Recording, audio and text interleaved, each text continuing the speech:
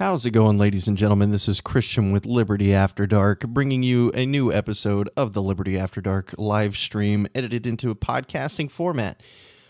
We don't really have too much to talk about before the show today. We just go over some topics such as more 2020 Democratic strategy, some CNN opinion polls, some dissection of the way that they look at their candidates for the upcoming election, Donald Trump, the Fed. We go over a whole bunch of different topics as usual, but I won't steal any more of your time. Please enjoy the show. You know what? We've been waiting for a couple of minutes, so I say we're going to go ahead and just start rolling, and we'll pick up the pieces as we go. If more people show up, then great. If not, then whatever. So we got a couple people here now, and we did like a 15-minute timer before the show started. So hey, we'll press. So I hope everyone is having a fantastic night. It is morning over here for me. It is 10:12 a.m. exactly. It's, not quite the earliest part of the morning, but for me it is, especially with my work schedule. I work into midnight. So Spencer says he just got back from the ice rink, taught my kid how to skate, was legit. Sounds legit. Sounds like a fun time. He's a top. I'm assuming that means, he can skate well. I was never any good at skating. I'm from Texas, so it was a very rare instance whenever I was able to go skating. But once, so we get everything going here. We'll just go ahead and jump right into it. For those of you who don't know,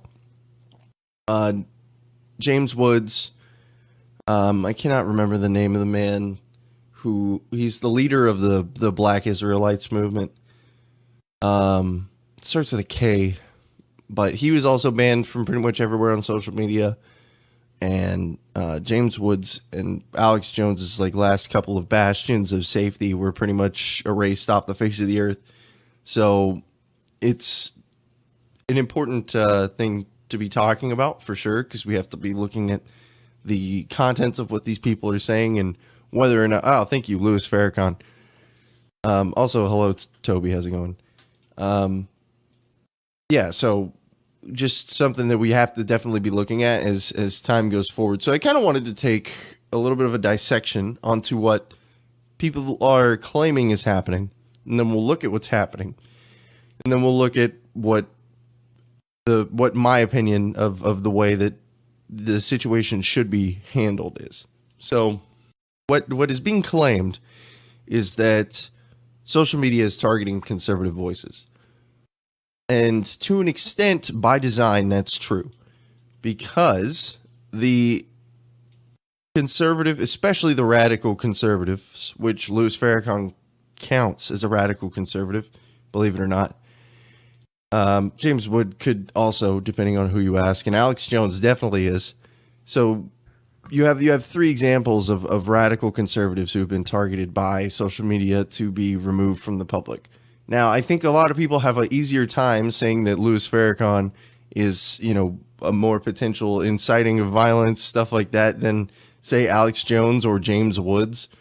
But it is important to remember that all these sites have a terms of service, and they all have usually very succinct and intentional ways of defining what a violation of their terms of service are. So whenever we look at something like this, we have to ask ourselves, is there a violation here? And under contract law, excuse me, I got something stuck in my throat. And under contract law, is their violation an issue? Are we talking about, so what I'm basically getting at is, are we talking about an issue of them violating contract law and the fact that they're not upholding their agreements to only ban people under certain circumstances, or are they upholding contract law by banning people who violate their terms of service? And I think these are two very different conversations to be having.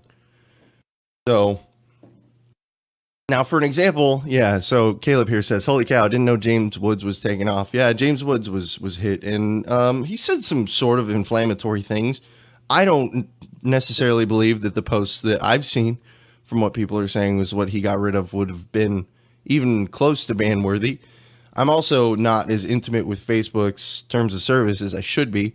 So that definitely is something to keep in mind as well. And so I think we kind of did both there, is that we talked about what is being claimed. And, Trump is saying that he's going to be keeping an eye on this, which I think is an issue, obviously, because I'm not a big fan of Gooberment pretty much at all. I definitely don't want Gooberment thinking that it can dictate how social media sites are run. It's a very interesting move from the man who was so big on separating net neutrality from the government to attempt to open up freedom of information and freedom of access and freedom of businesses to pretty much do what they want on the internet. It's a very interesting move for them to then try to hamstring social media organizations in the name of freedom of speech as an ideal, because it's not a First Amendment issue. It's not. Some of the businesses receive corporate funding or federal funding. That's true, but federal dollars touch pretty much everything on in this country. Pretty much, if you want to really extrapolate it out, it's all federal money. So, it's just part of the world that we live in. So there's usually, you'll see this a lot in like the Liberty Memes groups, which I think has a certain grain of validity to it, but I don't think is exactly a rock solid argument, is that, Facebook receives XYZ amount of funding, therefore this has become a First Amendment issue because they're receiving government funding, blah, blah, blah. And we all know it really doesn't work that way. But, it's not like Facebook is a government entity because they have received funding from the government at some point. So, it's like saying Boeing is a federally owned company because they do defense contracts. Like it's not. It's privately owned. And if they wanted to fire someone for saying sandals look bad, it's not a First Amendment issue if they do so. It's just your boss thinks you're a dick for not liking sandals. So, so we have that angle to look at all this. So, what should we be doing about stuff like this? Is that people who are more? Oh, excuse me, Jesus. There's I don't know if there's something in the air today, but it just keeps clogging up my throat. Caleb says it good here. Short step to government running social media. That's a very good point, in my personal opinion, is that the more involved you get in stuff like this, when we're talking about terms of service agreements and we're talking about interpretations of your freedom of speech on a platform and stuff like that, is the closer you get to the government just saying, we'll handle this. And that's not what I want. That's not what I want at all. I don't think that's what any of you want. And the only way to really fix that is to just accept the fact that some people are going to get banned for bad reasons, for reasons that you probably won't like. I probably won't like. And you don't have to like everything somebody does. I think that's another huge issue that we have right now, is that, oh man, I don't like the decision that this entity made. We got to make a freaking law about this. And I'm not suggesting that that's what any of you are saying, but that is the overall public reaction to a situation like this, is to stop and say, hey, let's get the government involved here, see what they can do, see if they can help us out, and see if they can fix some things. So, and I don't think that that's the right answer. I don't see how that's productive. I see that as state-controlled social media. You want to kill social media off? That's a great way to do it. Just literally give it to the FBI instead of working with them. Oh man, it sounds like the opposite of a fun time, if I do say so myself.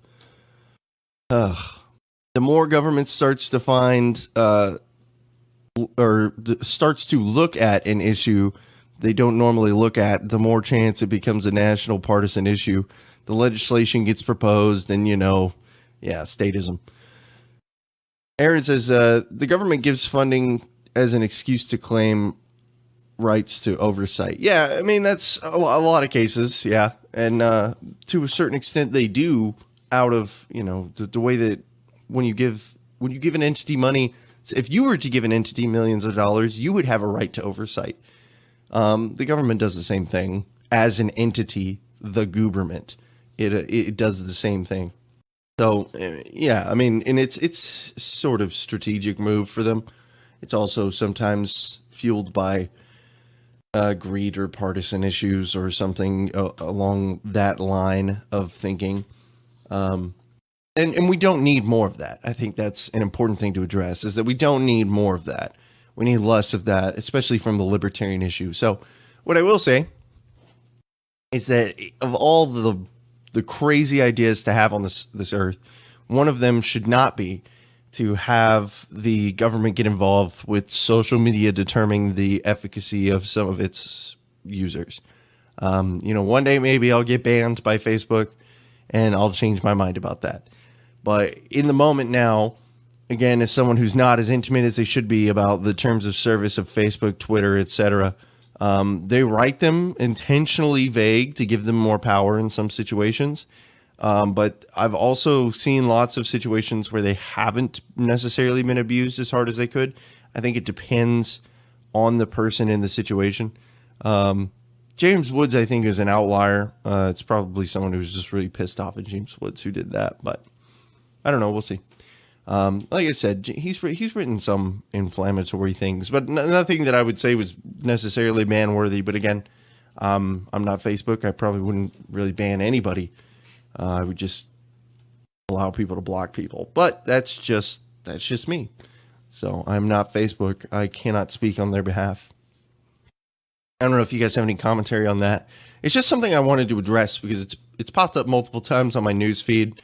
Is that Trump is tweeting about these bans and how he's going to be looking at social media. So I wanted to make sure what my position was clear, and what I believe overall the libertarian position sort of should be was also clear. So, we got a little interesting fun one that I'm going to go over in a second. It's the 2020 Democratic candidates' tax returns. You can find this link. How accurate it is, I haven't really been able to sit by and really comb through all the data, but I do think it's pretty interesting if you look at what this means for the people who are looking at voting for these candidates. And I think this will make a good transition into the 2020 conversation about Nancy Pelosi. I know we talk about the Democrats a lot here, but I think there's a really important understanding of know thy enemy. A really important statement, know thy enemy, just as much as we should know the Republicans. And it's really hard to know what Donald Trump is going to do next. So we just kind of have to hold on to the reins for that one. It's very important to know what Democratic strategies are to understand what is happening and why, in my personal opinion, and to be able just to dissect and have a conversation about it so that we can, just reach an understanding, period.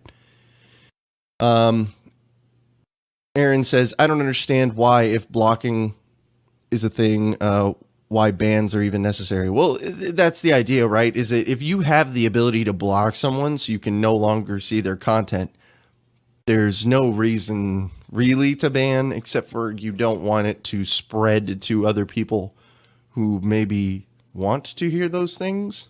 I don't know. Maybe it's, there are some legitimate reasons, like say you're inciting violence against a person and your followers you already have are enough zealots that they can be swayed. Let's put it that way.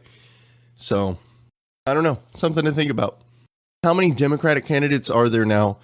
Isn't it north of 20? I believe so, but there's only about 8 that actually matter. Let's see here. What do we got? We got Kamala Harris. We got Joe Biden. We have Elizabeth Warren. We have Bernie Sanders. We have, Spartacus, Cory Booker, Beto O'Rourke, the other white chick whose name I can't remember, and then the Squirrely McGee guy whose name I don't remember as well. They're all running. And they're probably like the biggest high ticket. That's Pete Buttigieg. Is that how you say it? It's the one that's his name starts with a butt. I don't know if that's how you pronounce it or not. I don't even think I've heard anybody say it. That's so much he's in the conversation.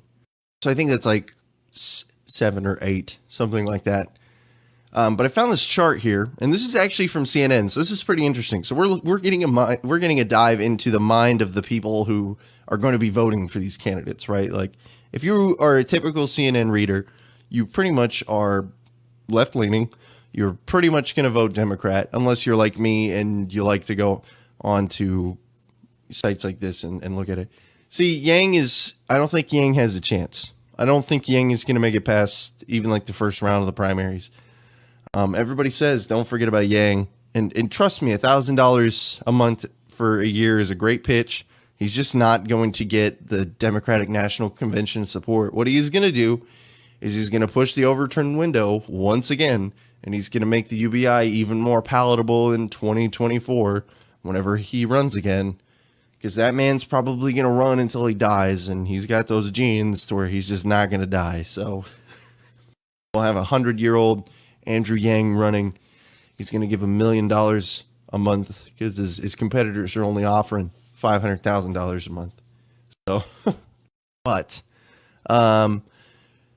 so the one of these charts here is it's basically their income tax returns. It's how much they claimed as total income for XYZ years, right? So let's go through here real quick. We have number 1 being Kamala Harris. This is 2018. The charts kind of flip around a little bit. By the way, none of these people have made... Actually, that's not true at all. Pete Buttigieg is the lowest and has been below 200,000 from beginning to end. Everyone else has either been or has never been below $200,000 a year. So Kamala Harris at 2018's tax returns is $1.9 million. Elizabeth Warren is $850,000.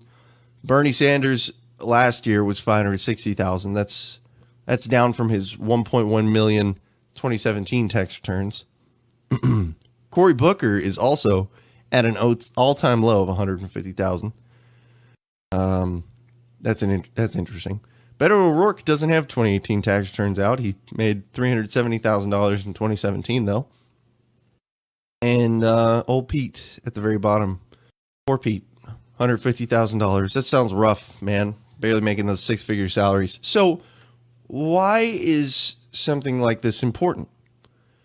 Why? I mean, like, it's... Besides the fact that maybe you want to see like, oh, okay, how successful are these people? And you could see like, just if you want to just give like a monetary figure, like they're all moderately to very successful people. Like I would consider making $150,000 a year to be extremely successful, at least by the ordinary person's standards, right? It's not the most money in the world, but you're going to get by and you'll be fine. You can have a nice house, all that stuff, nice car, whatever. But, but the reason is because being up towards the top of this list is a bad thing. And seeing yourself towards the bottom of the list, that means you're one of the poors. And one of the poors, other poors can identify with you.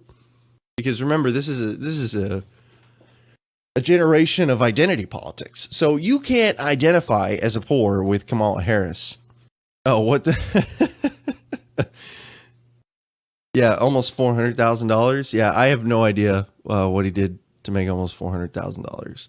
But back to what I was saying, you can't identify with a rich person if you're poor, right? They can only identify with you and understand you if they are also poor. So none of these people are poor. Let's get that out of the way to begin with. But what I will say is that if you are, someone who understands very little and are an energized Democratic voter, it's very easy for you to fall into the trap of saying like, oh, well, Kamala Harris, Elizabeth Warren, Bernie Sanders, they're all part of the 1%. And I said I was going to eat the rich back in like 2008. So in 2012. So I can't really, I can't really vote for them. So we're going to give all of our money to, I don't know, Beto or to Cory Booker or somebody. Now, what is actually going to happen is that Kamala Harris is going to get the DNC nomination, and it won't matter what their personal opinion on how much somebody makes is. But Oh yeah, yet they make their supporters think that they're not a part of the elite. No, it's true. Like these people are all successful elites. They all are. Every single one of them. There's not a single person on that list that I just gave you of what are considered like credible 2020 Democratic candidates that is like not one of the pish posh members of society. It's true. Maybe the closest is old Pete here. But even then, he's not exactly like your average dude. I mean, he's a politician. This is like what this is what he is going to be doing now. So it kind of, he was a mayor before this. So, or he is still currently a mayor, actually. So, I mean, he's been in politics to some point. But, I mean, so the next chart that they have is charitable giving. And it's charitable deductions as a percentage of gross or adjusted gross income by year from 2009 to 2018. And once again, you have, Cory Booker. In 2013, Booker reached the maximum deductions of 50%, donating cash and stock. So that's, that's good. You got to figure out who the most charitable is as well. Because, and I'm not saying this is a bad quality of a person to have. Like, I think it's commendable if you actually want to, donate your money. I do think it's interesting that he stopped at the maximum deduction. I think potentially there's a little bit of what's the word I'm looking for here? Kickback, on the taxes front, but it's not you're not exactly giving away $1 because you're getting some of that off in a tax break. So I don't know. I mean, that's a little judgy of me to say, to be completely honest. Caleb says, I never understood that with leftists. Do they think that everyone is filthy rich except for Democrats running for or already in office? Oh, yeah, I think it would be. I mean, it's a little bit of like brainwashing. You see more so than in the right. You see a lot of people on the left who say things like, I am one of you. We are the same. We are cut from the same cloth. We can identify with each other. We're part of the same tribe. You get that atmosphere. The right doesn't necessarily have that. And there's I cannot remember who said it. I was listening to a podcast, and someone said it was a guest on a show, and he said that the right looks for leaders while the left looks for brothers. And I thought that was a very apt way of putting it, because the left wants someone who's like, that they feel like represents them, that is them. And the right wants someone who they feel like will pick up what they have and take them to somewhere better. They want someone who is like a strong leader. The left doesn't necessarily want a strong leader. They want someone who's like them. So I heard that apparently the Sanders donate next to nothing to charity. Know anything about that? It doesn't. I know it doesn't define a person or whatever, but it seems almost hypocritical because of everything they spew. We have Bernie Sanders is in second to last place. His highest donation year was 5% of charitable deductions of adjusted gross income. So actually it's less than 5%, which puts him at second to last place, next to Beto, who for a pretty long time donated 0 or pretty damn close to 0. Until recently when he donated 5%. So, yeah. Kamala Harris is pretty close. Pete's pretty close. Amy's like kind of in the middle of like 2 to 4%, 3 maybe. It's not a very clear chart. Elizabeth Warren is in second place after Cory Booker. So, yeah. Bernie's second to last next to Beto. So, yeah, if that answers your question. Too bad their charitable contributions are to political organizations and not to help people in need. Yeah, that's just sort of the whole issue of being a politician and donating to begin with. I know there's been some conversation about politicians talking about why they don't donate so much to like private organizations or to stuff like that, and it has to do with potential repercussions of like the organization kickbacking and having, some kind of potential history that is, things that politicians worry about that they don't really have to worry about in the current landscape. But, perhaps there is a legitimate concern there. I don't know. I'm not a politician. I just like to use what I know to make an assumption about what is happening. So there's one more interesting fact here. There's one more interesting chart, and that is writing. It is all the candidates except one, Beto O'Rourke, reported making money from writings. And this is how much money they have made from selling books. So you have Elizabeth Warren at $2.8 million. Bernie Sanders at $2.1 million. Cory Booker at $1.3 million. Kamala Harris at $730,000. Amy, oh God, I cannot say her name. I should know it. Klobuchar, or however you say that. Klobuchar, yeah. $100,000. Pete has made $31,000 on book sales, which, hey, I mean, that's more than I made. And Beto has made a whopping zero as far as we know. I'm pretty sure he has a book. I could be wrong. I'm going to fact check myself on that one. So I don't necessarily know what's up with that. Yeah, he does have a book. It's Dealing Death and Drugs is the name of it. And that's definitely should be reported on there, but I guess he probably doesn't want to give that stuff away. I don't know. Yeah. It's, it's a part of, again, so we'll talk about what this means for what they're looking for here. And it talks about, it's the same kind of a thing we were just talking about with income tax. If you see that Elizabeth Warren made $2.8 million, it's harder for you, in theory, as poor McPoor person, to see Elizabeth Warren as someone who can understand your plight, right? It's like, how does the woman who made $2.8 million on book sales understand how it is to not be able to afford gas before your next paycheck, or to not be able to afford health insurance, or to not be able to,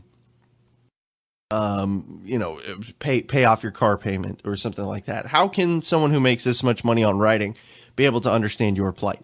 So, again, we have to look at it that way. You can also look at it as an underdog story. No one really takes Pete seriously. But, you could say like, oh, this Pete guy here, he only made $31,000, but he wrote a book, and that's cool. And he's like me, he's an underdog. I don't know. There's been crazier turnaround stories. So that's all I had for the charts, really. I just kind of wanted to talk about them because I feel like they give us a good view into the mind of a left or Democratic. And, these are kind of stereotypes that I'm running off of here, but there is a certain grain of truth to it. These charts are important to Democratic voters for these reasons. Not all of them, obviously. Not every single person who views these charts, some of them won't care. Some of them want, things like social platforms. But the reason that these charts are on this website is because some people do care. And enough for it to make homepage first thing you click this week. So it's definitely not something that you can just brush aside and say like, nobody really cares how much money they made. No, people do care. People really do care. And it's important to keep in mind. So we're going to press a little bit. And there's been some interesting conversation about the Democratic Party and the position that it's in. Because if you think about it, if you take a step back and you dissect what's going on in our country, you have this very interesting perspective of that they either have the opportunity to take everything in a huge landslide if they can get some sort of moderate example of coordination across themselves, or they are going to drop the ball and we're going to have a Trump 2020 most likely. Except for this is the year that the libertarians get it, guys. This is the year. I wish. I'd rather have any of them than these two. Except for, Weld's not a libertarian anymore, so I don't have to worry about him. I would take McAfee over either of the Democrats or the Republicans, and that's saying something. However, what I what I will say is that the conversation about the left eating itself alive has been going on since probably 2012, really, when social justice finally started to spin up, really started becoming popular from like 2015, and it kind of got memed. But I think the meme is coming into fruition finally. Like you've heard this for years, like, the left is eating itself alive. And it's over. Usually it used to be little things like somebody gives someone a glare and you're like, the left is eating themselves alive, blah, blah, blah. And then the next thing you know is that you have actual examples of them shooting themselves in the foot repeatedly. So Pelosi warns Democrats, stay in the center or Trump may contest election results. Pragmatism enters. Rich is here. Pelosi warns Democrats stay in the center or Trump may contest election results. So basically what has happened here is that Nancy Pelosi pretty much sat all the Democrats down, the ones that weren't there. She kind of was speaking to all of them essentially. And she said, and really this was addressed at a couple of people, some of the people who are running for president, your AOCs, people like that. And she said, hey, stop being crazy socialist commies, and we have to come towards the center. We have to move towards the center. Because Nancy Pelosi understands something that these radical leftists do not, and that is that to win office, you have to appeal to the single most common denominator. You cannot win solely off of fringe extremist movements, right? So one thing that you can gain from the Donald Trump campaign is that, one, they got pretty lucky, honestly, with the states that they won. Some of them swung really hard, but they were running against a repulsive candidate who was throwing out repulsive policies. They were appealing to as many people of the common variety, the single common denominator as possible. He was also trying to appeal to a large group of people. And what you have right now on the left is you have a very specific focus towards a very specific group of people. And they are pushing that hard. And everyone else is sort of pushed to the wayside. Now, what that is good at is scoring you social justice points. What that is not good at is winning you elections. So when you say things like, we need reparations for the African American community paid for by the white community.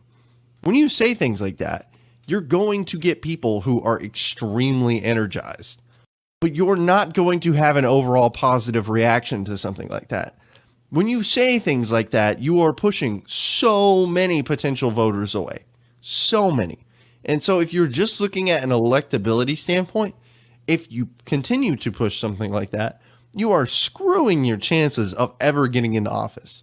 And that's been a big conversation as of late as well, is like reparations policies. And I hope I don't have to explain why a reparation policy is a horrible idea.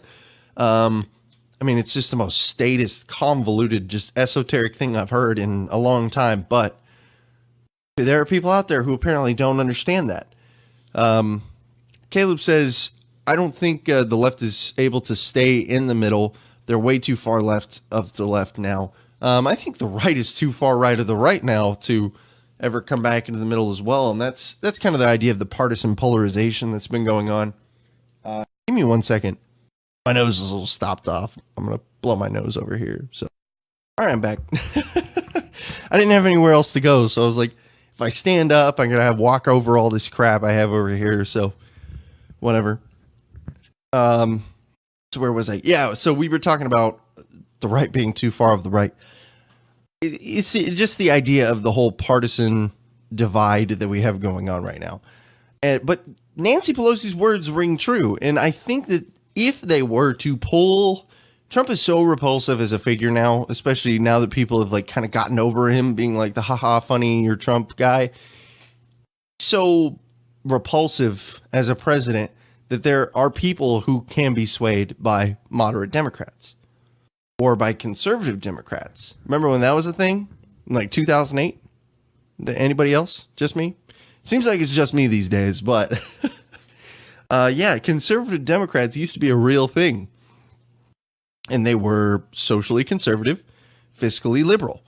And so now you have the right is socially conservative and socially liberal, and you have the left, which is fiscally conservative or fiscally and socially liberal.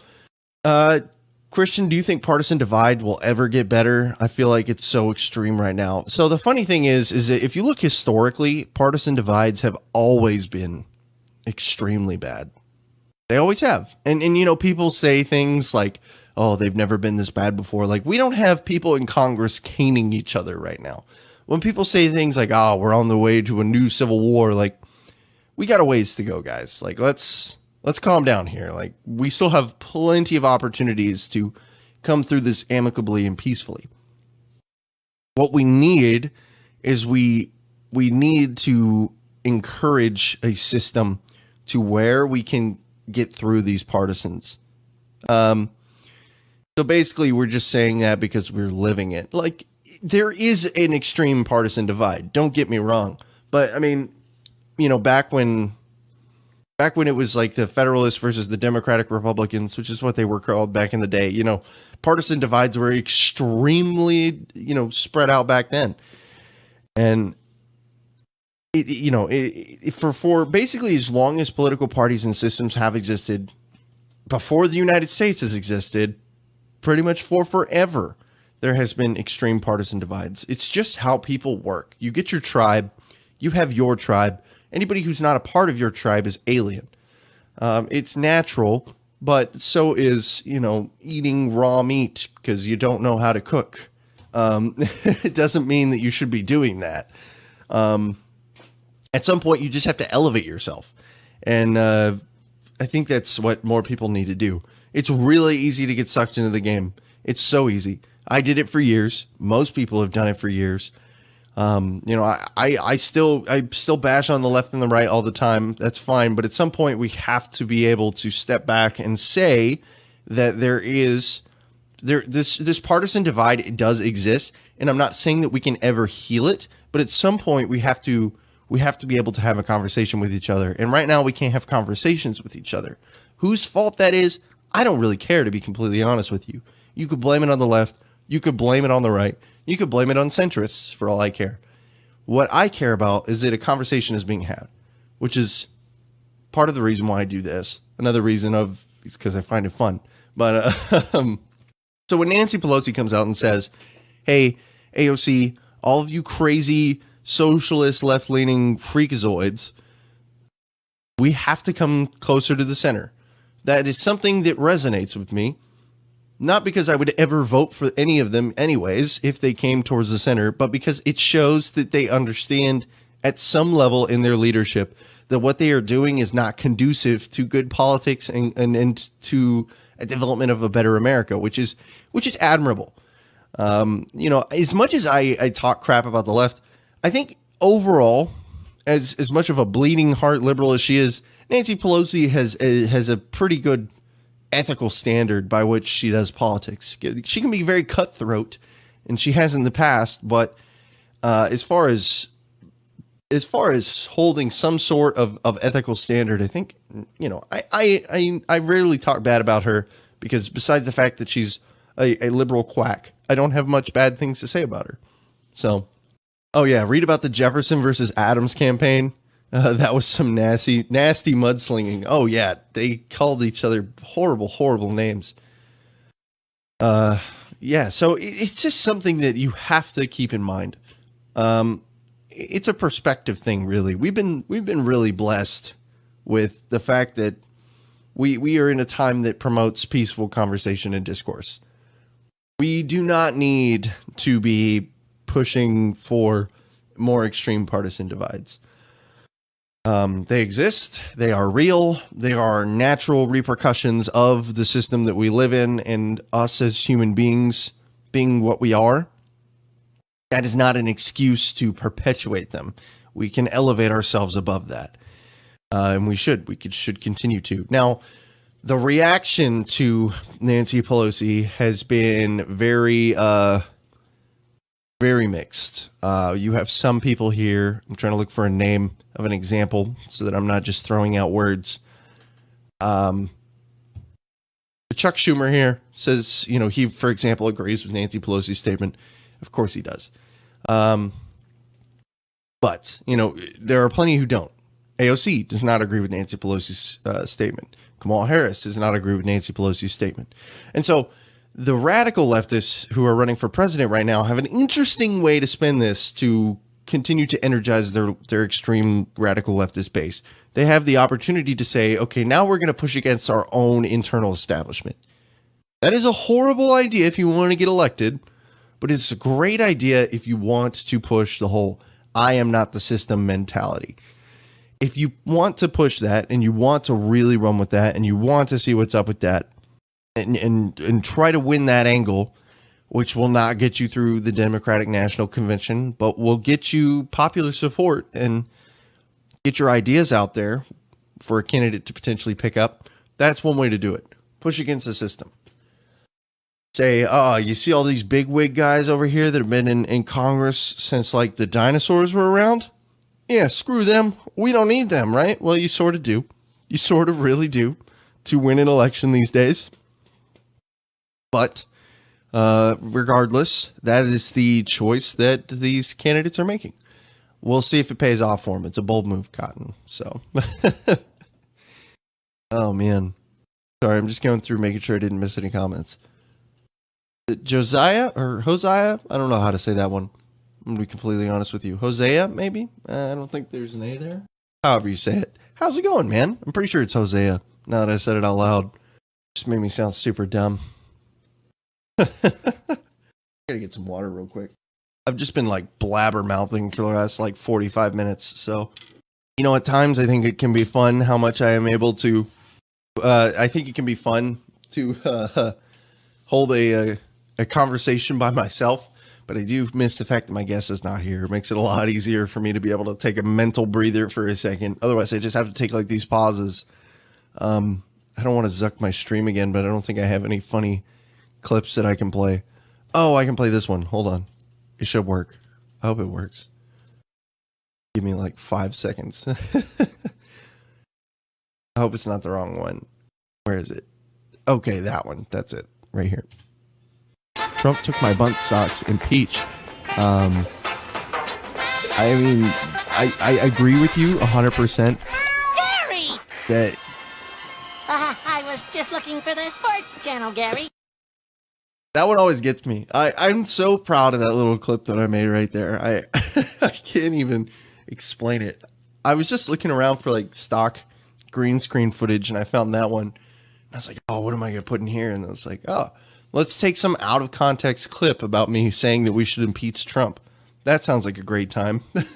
If you watch that whole episode or listen to it, I think it was the first or second Chat with the Chat episode, which I guess this is going to be another of those.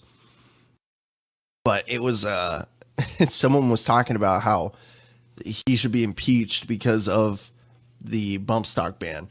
And so I kind of repeated his Trump should be impeached.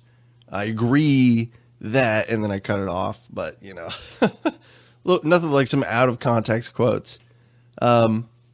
The idea of being the anti-establishment candidate worked for Trump. So, of course, the Democrats have a few trying to do the same.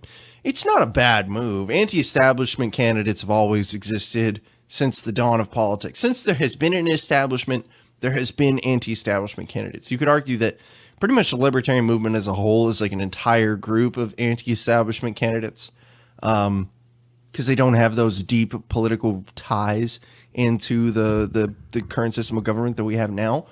Whether you vote libertarian, I'm just more making an observation than anything.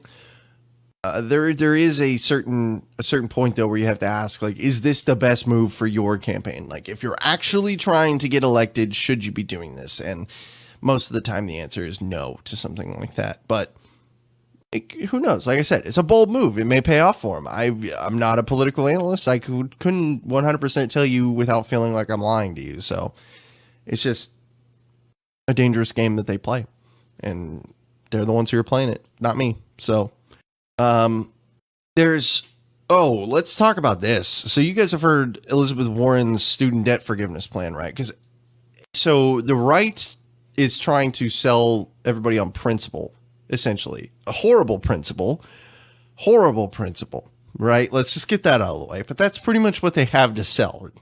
They have the pull you up by your bootstraps mentality. They have the stronger, better, faster economy. They have, the whole conservative ethics side of what they sell.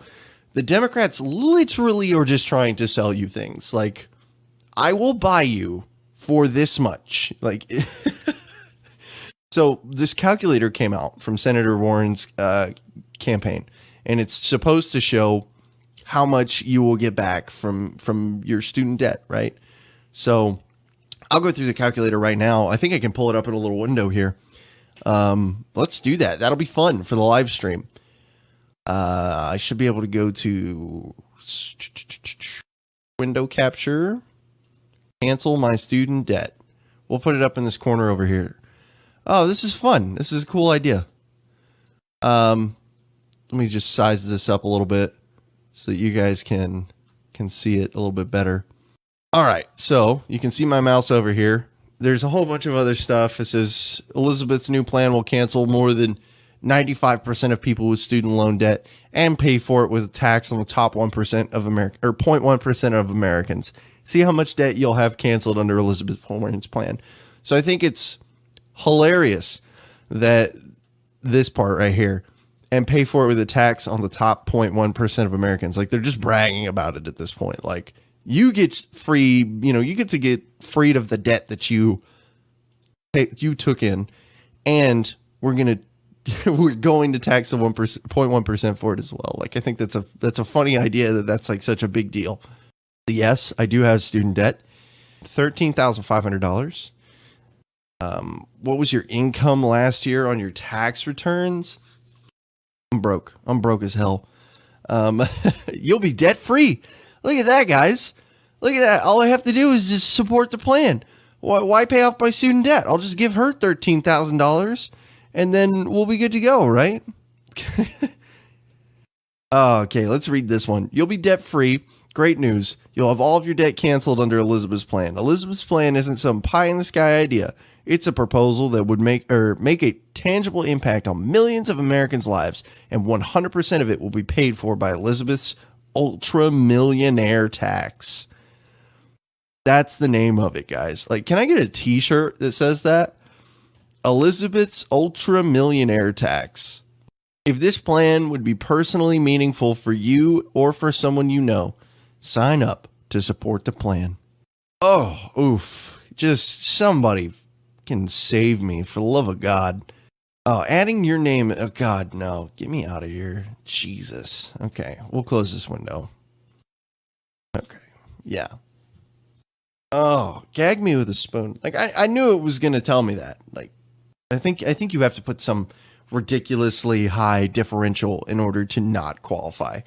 Because there is a standard by which you have to qualify. Like, if it's a certain amount of your annual income, you automatically qualify. So, or above that. Aaron says the top 0.1% don't pay taxes. The tax code is written specifically to keep them from paying any. Yeah. It's kind of funny how that works, right? Like, I would be 100%, this is something that you think both sides of the aisles could get behind, right? It's like, hey, let's reform the tax code. And they're like, oh, we want to raise and lower taxes and blah. No. Let's just simplify the tax code. You really want to keep this system of generating revenue. Like, let's have it work, and then we can dial it back from there. How about that? Obviously, I think 0 is the appropriate tax rate, but there's a certain point where you have to just accept it as a transitarianism TM. You're going to have to transition off of the system that exists now. So I think simplifying the tax code is a great way towards that. And then you start cutting out lower income earners and you start rolling back percentages on higher income earners. And then, yeah, you just phase the system out. Top 0.1%. Yeah, Caleb, it's a good one, man. I enjoyed that. Oh, the specific requirements. Sorry, they're right here. Warren's plan would cancel up to $50,000 in student debt for anyone whose household earnings is less than $100,000 a year. But the amount of relief gets gradually smaller as income level goes up. Houses that make more than $250,000 would not be eligible for any debt relief. I think that's pretty fair. I mean, another out of context quote right there. Let's pump the brakes for a second. I did not think about what I was saying there. What I think is that if you look at it from the perspective of where Elizabeth Warren is coming from, of like helping people, which we could talk about the ramifications and if this actually helps anyone, but if you look at it from her point of view, to give her the full benefit of the doubt and to be as fair as possible, it makes sense to have a regressive system like that. It makes sense because the more money you have, the more likely you are to be able to pay it off without it crippling your way of life. And if you your household has $250,000 a year, I'm pretty sure you can pay off your student loan debt. Like that's something you can do.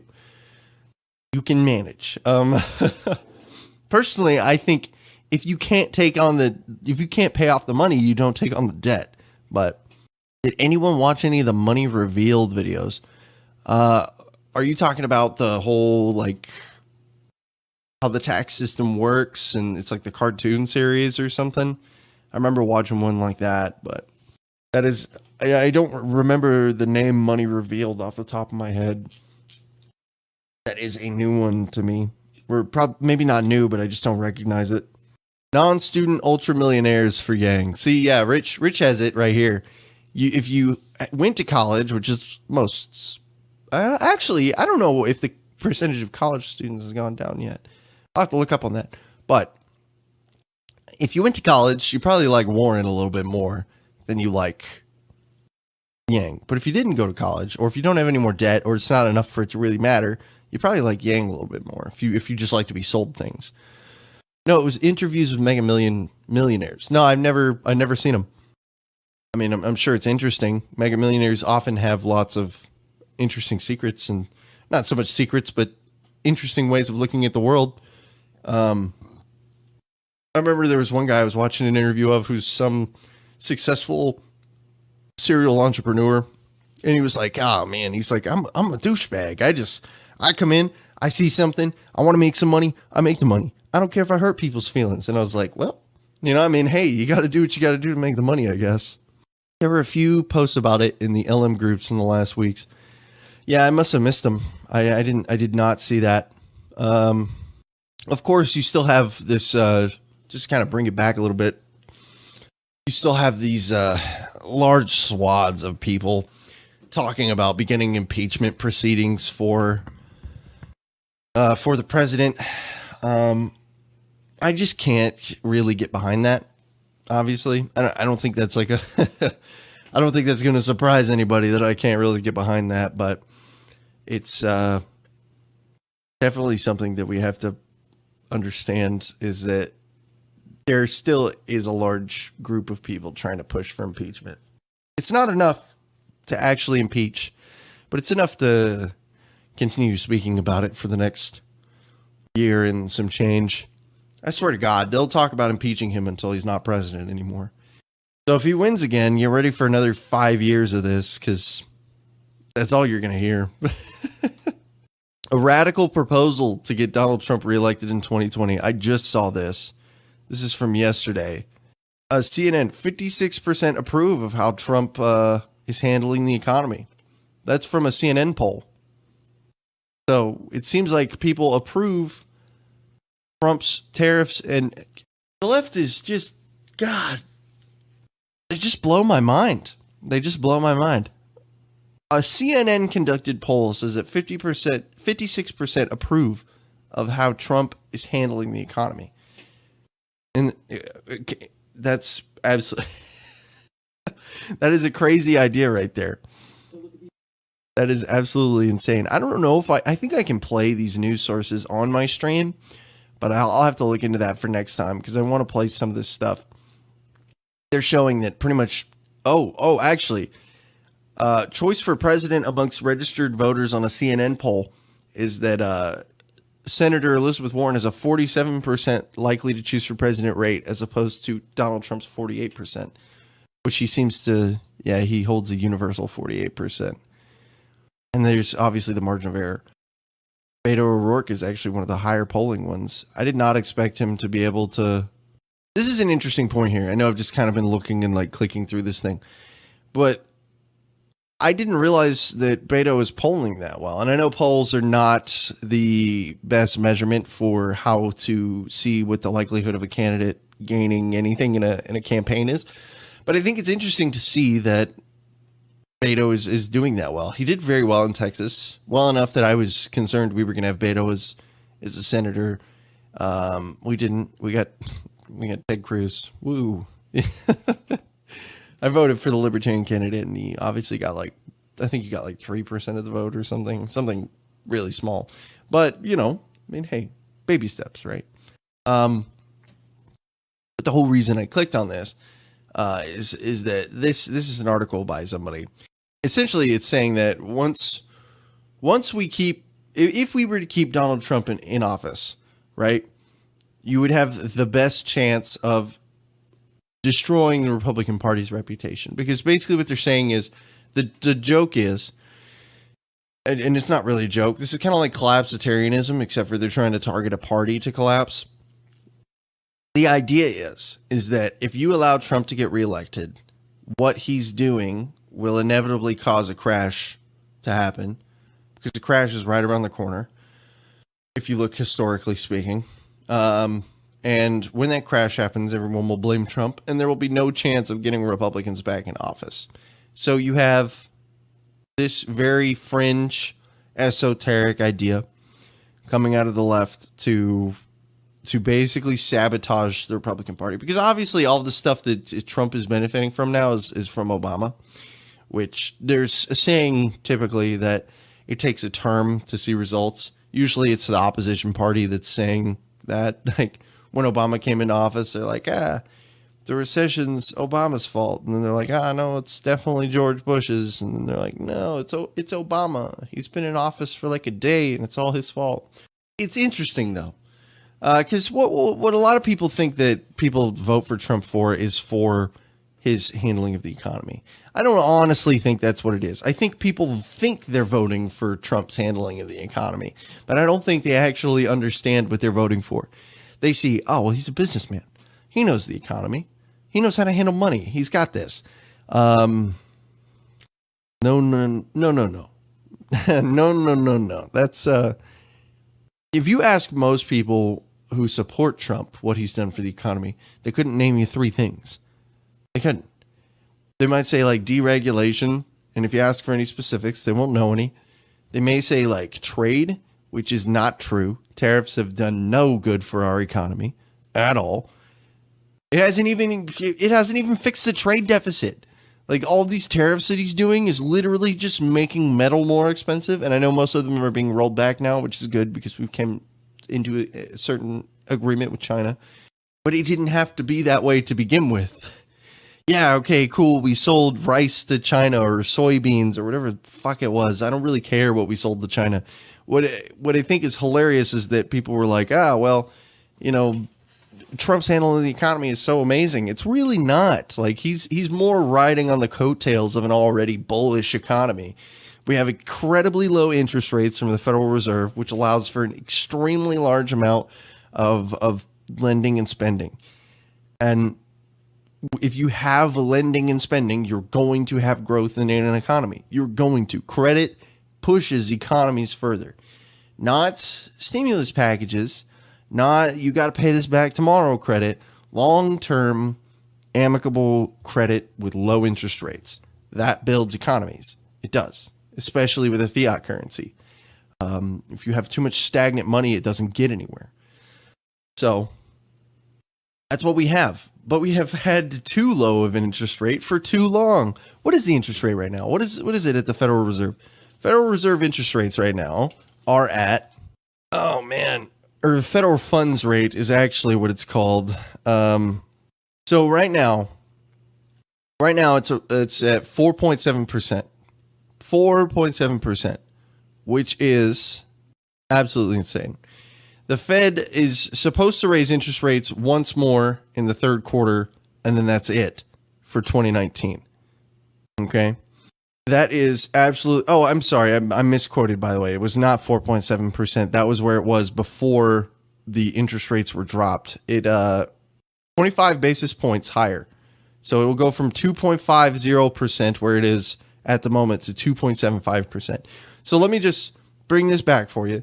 Before the crash, we were at like a 4.7-ish percent interest rate, which we're talking about the 2008, crisis. We have not gone back to an interest rate anywhere near that since then. In fact, we didn't have an interest rate change for most of Obama's presidency. Most of it until the very end. I think it was like 2011, 2012, or 2014, 2015. They made one change, and then they did again in 2016. For years, we had almost no changes on interest rate. And whatever, the Fed's a joke. It's like fake money, and it just comes out of nowhere, and they're like basically not even real if you think about it, but whatever. And we can joke about the system, but like the system that it exists right now is being broken from the inside. It is being broken by the fact that we have way too low of an interest rate, way too low. And so people are saying like, the economy is doing great. It's going to do great. When you have a bullish market like this, it is a result of an influx of credit into a system that is it is spending it just as fast as it's getting it. So the banks hand out their credit. The Federal Reserve hands out the money to the banks. People get their money, and except for not in that order. The Federal Reserve gives the money to the banks. The banks hand that credit to businesses and individuals. They spend the shit out of it, and it inflates the economy. I'm not saying that this debt-based system has to be bad. As long as debt and credit are managed appropriately, it's a net benefit for almost everybody, except for the people who don't, because there's always going to be winners and losers in this game of life. And, some people will fail to pay back their credit, and we have systems for them. But that's kind of a tangent. It is a net benefit to a society to have a credit-based system. But you have to manage that credit well. And when you are just printing money into the stratosphere, and you have these ridiculously low, 2.75% is like almost half. Well, 2.5 would be a little bit more than half of where it was before the crash. And it's been over a decade since then, guys. It's been over a decade. Like we can bring interest rates back up now. Like, yeah, okay, you might be trying to buy a house right now and you may not want that. That's cool. But what is going to help you more is delaying a debt-based crash. So I'm not going to say it'll cause a banking collapse or anything, but there's always the chance of an inflation spiral. There's so many different things that can cause inflation spirals. I know it's kind of like I got an email that was basically saying like it was funny how much I talk about inflation and debt spirals, because they're kind of one and the same. A debt spiral is more focused on national debt, however. But it's so true. It's that there's so many different factors that can cause one of these events to happen that we have to be vigilant of. You have to be responsible enough to sit back and say like, hey, this is a possibility of these actions. Let's talk about this. Because right now we're just kind of running off the body high at this point. We're just saying like, you know what, man, if it works, it works. Let's just keep doing it. And, you may put duct tape on your axle and it hold the boot together for a little bit, but it's once it blows and you lose all your oil, you're really going to wish you just changed that CV joint. But yeah, that's a little bit of car humor. Are we sending/ending the Fed or nah? So you gotta think, man. So I'm a transitarianist, right? Transitarianism, whatever. I coined that word, trademark, whatever. IP theft. We're going to have the Fed for a little bit. It's going to be around for a little bit. Because if you get rid of it tomorrow, it's going to have a lot of really bad repercussions onto the system. That whole debt-based economy that like kind of runs your life right now would disappear. It'd be easier to get rid of the IRS than it would to be able to get rid of the Fed, especially internationally. Like if you get rid of the government's ability to take in income, everyone just kind of looks at you and they're like, that's weird. You get rid of the single point, the single crux of your entire currency that is internationally recognized around the world, people are going to kind of freak out. Nationally, internationally, locally, everybody's going to freak out. I say yes when we get there, okay? When we get there. Those Yang bucks aren't going to help us get rid of the Fed either, because that money's got to come from somewhere, and it's going to be probably an interior loan, and that's because I highly doubt we'll take foreign credit to pay our citizens with. We'll take internal credit. We'll do what we always do. We'll take a little bit of money from the inside. We'll use a little bit of that money from the pot from the outside, and then we'll tax the rest of it. Who needs Social Security, though, when you get Yang bucks, right? Always comes back to Yang. I don't know what it is about you people, but I'm 100% okay with auditing the Fed, though. I just realized you said auditing/editing. We could do that right now, as far as I'm concerned. We can change the Fed to act better, to act more professionally, to act within the system that they were designed to. Just getting rid of it tomorrow has some pretty dire implications. I know that can sound a little statist of me to say that. I'm just trying to be rational here. If you don't want a total system collapse, which is a thing, look it up. If you don't want a total system collapse and then us go into like a fallout post-apocalyptic wasteland, you'll want to transition out of the Federal Reserve. You don't want to drop out the bottom. So, I mean, so at this point we have GDP growth rates have been pretty insane for the last few years. And it's definitely something that I think is important.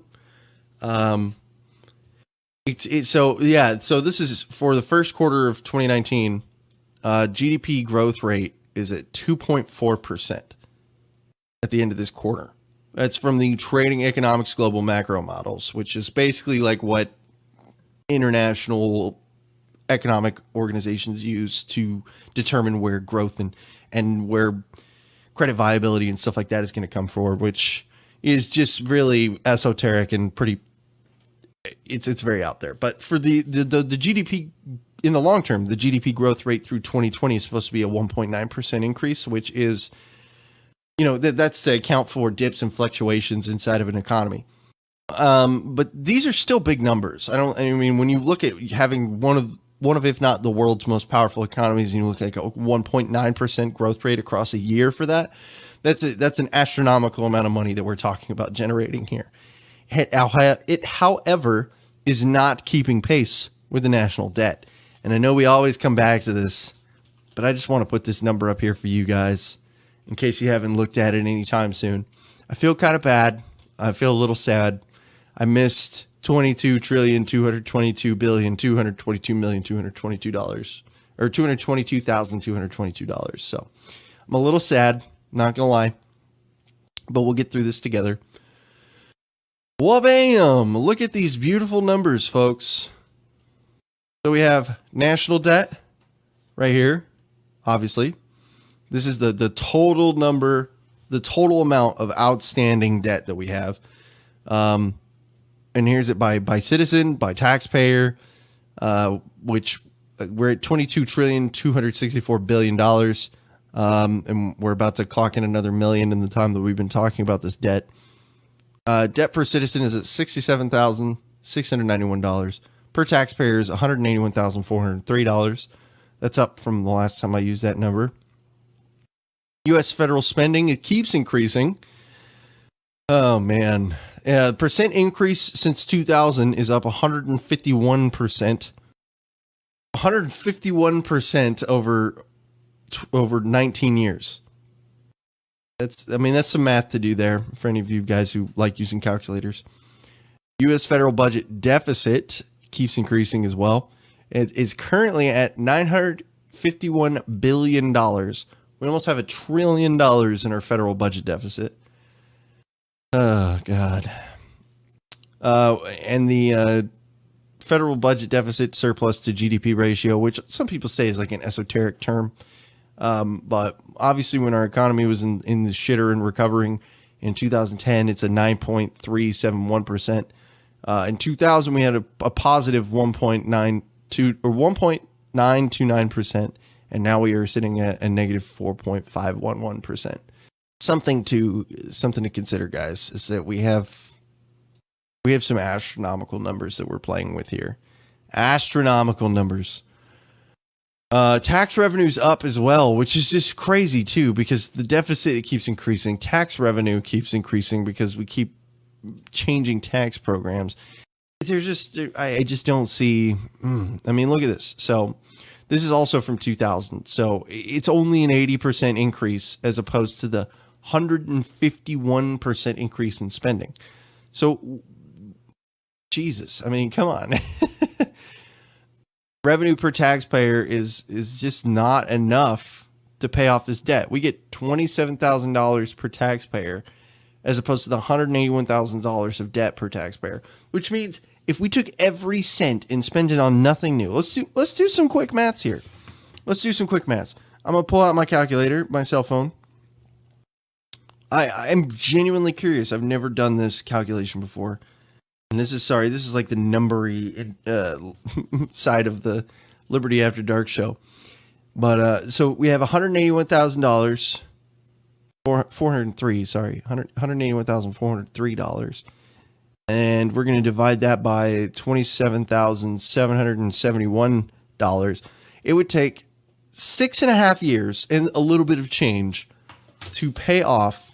Wow. Yeah. It would, if we spent nothing else, if we just stopped spending, if we just cut it all off today and we spent every single cent of taxpayer dollars going into the system, we still wouldn't be able to pay it off. It would take 6.5 years. That's no military, no federal services, no Medicare, no Medicaid, no Social Security, none of that. Oh my God, that hurts, man. That hurts. It really does. Excuse me. And, you know, this kind of brings up back to the point one more time, and I think we'll start wrapping up after this. It's the idea of how do you pay that off? Can you?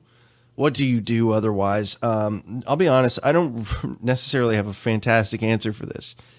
It's an area I sort of wish I did, but I just don't.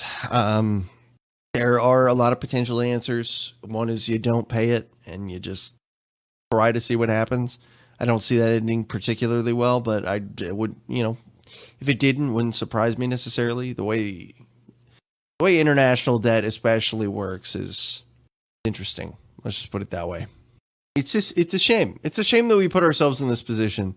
It's a shame that I have to be having this conversation about federal deficit destroying everything. That's a little hyperbolic. I'll be honest. That is a wee bit hyperbolic. It won't destroy everything, most likely, if we keep it under control. As long as you keep feeding the beast, you'll be fine.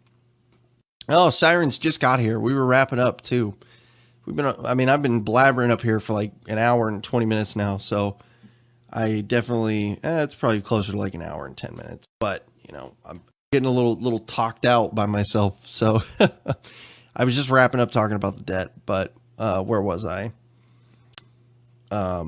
Yeah. So, you know, there's a lot of different scenarios that you come across, whether you pay it, whether you pay some of it, whether you just pay international debt, blah, blah, blah. Most people agree that if you were to try to just get rid of the system, you have to pay off the debt at some point. You have to at least try. And I think there's a lot of truth to that. I can't think of any other system that would just, I can't think of anybody that would just blow over. They would just say like, hey, you know that debt, man, like, forget about it. You guys are free now, so it's whatever. Maybe they would. I don't know. Maybe that is a possibility. Maybe I'm just not seeing something that is right in front of me. But I don't know. I'm skeptical. How about that? I'll put it that way. I'm skeptical of our ability to ever pay off the debt.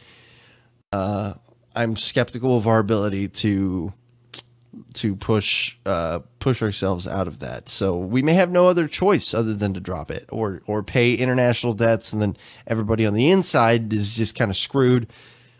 I don't know. I'll have to put some thought into that. And I'm not a licensed or a well-learned economist. I know what I know, and I have no idea if those are even options. So I just know we have a problem and it needs a solution. So it's really easy to be the guy to sit back and say like, hey, there's something broken here. But to fix it is a much harder task. And I will commend anyone who takes a good swing at it, as long as you don't pull what the left is right now and saying that the national debt doesn't even matter. That's a ridiculous statement, and everybody knows it. We don't know what the threshold is, but there is a threshold to where debt to income ratio for the federal government will get so bad that we will outpace our ability to pay interest on our debt payments, which to an extent is already happening. And at that point, that's when you start having to printing money to pay your debts, cut spending, jack up taxes, something. You have to upset the system at that point. And once the system is upset, that's when you get your reaction. We haven't done anything to upset the system yet. We've just kept on this crazy train. That's the issue. That is the issue. I just don't see it changing anytime soon. The right dropped it after the 2008 campaign, basically, when the debt spiral was all they ever talked about. And now they just don't care anymore because they're like, well, looks like we can just spend all this money. Well, it doesn't work that way. But good luck telling them that. That's all I'm going to say there. Good luck telling them that. Yeah, other than that, I guess I'll do my outro bit. If you guys enjoyed the show, make sure you follow it on your favorite podcast provider. Like, comment, subscribe, whatever you got to do. It's available on YouTube, Spotify, iTunes Podcast, Google Play, Stitcher, iHeartRadio, pretty much anywhere you would ever want to listen to a podcast. You can find all of these there, or at least the ones I deem good enough to put up. What else? I have a Patreon now. I'll just plug it once. If you guys want to donate something, if you like the show, I'm going to start doing a YouTube series. I'm looking at doing a book club. The more time I put into this, I would, if you enjoy the show and you enjoy the things I do, you can support me. If not, that's totally fine. I'm 100% okay with that. I offer this for free for a reason. Otherwise, I'd just charge for it up front. And check out the Facebook page. You're already on it, so I hope you guys found it. Join the community group if you want to stay up to date for polls, stuff like that. Sometimes I make some changes, and I let people know there first. And it's also just a good way to get directly a hold of me if you want to ask me about anything. And it gets you access to my friends list. So other than that, though, I don't think I have anything else. Next episode will be the exact same time. It'll be Sunday. Well, y'all's Saturday, 9 p.m. Eastern. How about that? We'll say that. U.S. Saturday, 9 p.m. Eastern. Be there or be square. Hopefully we'll have a live guest. Hopefully we'll have somebody else on. I'm sure you guys are tired of just listening to me talk. I get tired of listening to me talk, so I'm sure you guys are done. But is this where we're supposed to say I didn't sign shit when the bill shows up? Yeah. Yeah, exactly right. I think we're pretty much done here. I hope you guys have a fantastic rest of your night and take it easy.